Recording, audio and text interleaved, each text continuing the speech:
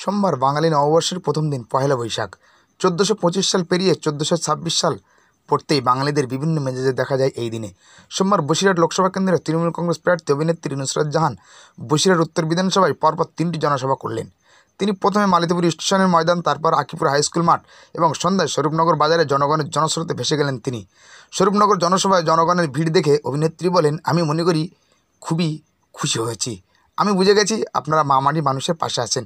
সেই সঙ্গে অভিনেত্রী নুসরাত জাহানের জয়ের ব্যাপারে একেবারে ১০০% আশাবাদী বসিরহাট উত্তর বিধানসভার তৃণমূল কংগ্রেস নেতৃত্ব। আমরা দেখে নেব তাদের মতামত।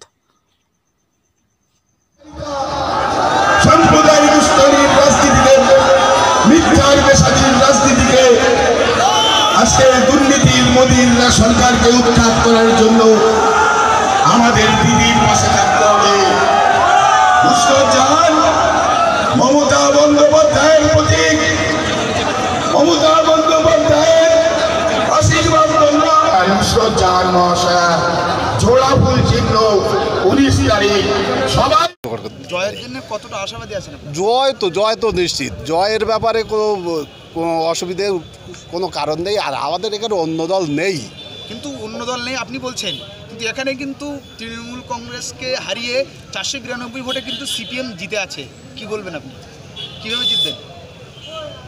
জেতা সেটা অন্য প্রসঙ্গ ছিল। তারপরে আমাদের গ্রাম পঞ্চায়েতের ভোট হলো। সেই ভোটের নিরিখে তারপরে মমতা ব্যানার্জির এই উন্নয়ন দেখে মানুষ এখন অন্য কোনো দলের, আমি এই বেগমপুর বিপুর অঞ্চলের প্রধান, আমার পঞ্চায়েতের ভিতরে বিরোধী দল কেউ নেই। জয়ের জন্য কতটা? জয়ের জন্য 100% আশাবাদী। গুজব হচ্ছে, কি বলবেন? দেখুন, মমতা ব্যানার্জির যে উন্নয়ন সারা পশ্চিমবাংলা জুড়ে চলছে এবং মানুষ মমতা ব্যানার্জিকে দেখে ভোট দেবে। সাম্প্রদায়িক শক্তির বিরুদ্ধে তৃণমূল কংগ্রেস ছাড়া আর বিকল্প কোনো রাজনৈতিক দল নেই। অর্থাৎ যারা গুজব ছড়াচ্ছে তারা তৃণমূল কংগ্রেসের লোক না, তারা বিজেপির দালালি করছে। মানুষ ওই সমস্ত গুজবে কান দেবে না।